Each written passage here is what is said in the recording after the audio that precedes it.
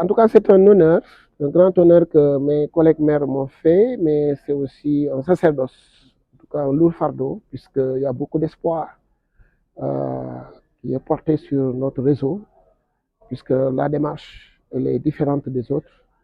Nous voulons être opérationnels, nous voulons être sur le terrain, nous voulons être concrets. C'est pourquoi il y a un grand espoir qui est né de la part des élus. Et bon, c'est un honneur d'être élu, mais c'est un sacerdoce, c'est une grande salle, c'est une lourde salle. En tout cas, nous prions auprès du Tout-Puissant pour qu'en tout cas, que les attentes de ces élus-là ne soient pas, en tout cas, qu'ils soient pas déçus par rapport à leurs attentes.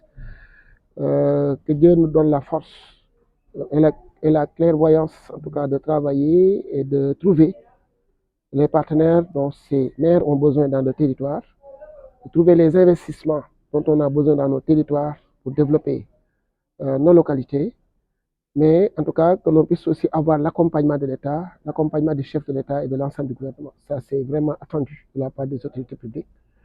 Mais que l'on puisse en tout cas développer des initiatives au niveau local, nous, en tant que maire, pour que des zones industrielles puissent être créées, des zones économiques spéciales. En tout cas, tout outil permettant à nos territoires d'avoir de la valeur ajoutée du point de vue du développement.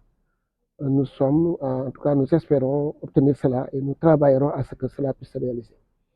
Donc, ce sont ces mots-là, en tout cas, que je voudrais placer, un mot pour rendre hommage et remercier mes collègues pour cette confiance qu'ils ont placée à moi, mais prier Dieu pour que leur espoir ne soit pas, en tout cas, déçu, qu'ils ne soient pas déçus par rapport à leur espoir. Les chantiers qui sont là, c'est d'abord l'achèvement du statut de l'élu. Je crois qu'il y a des promesses qui ont été déjà faites par la plus haute autorité. Nous souhaitons vraiment que ça puisse se réaliser. Mais aussi que ce qui est attendu en termes de réforme, notamment de transfert de ressources de la part de l'État, on sait que le président Macky Sall a énormément fait, mais on aurait souhaité quand même qu'il y ait encore d'autres efforts supplémentaires. Les communes n'en ont jamais assez. Ça, il faut qu'ils le comprennent. Nous sommes ces démembrements, les démembrements de l'État, et que voilà. Donc, je crois qu'il ne va pas lui aussi s'arrêter de nous appuyer. Ça, c'est un point important pour notre action. Mais également, les ressources qui constituent des potentiels au niveau de nos territoires, on sait que ces ressources sont mal exploitées, sont sous-exploitées.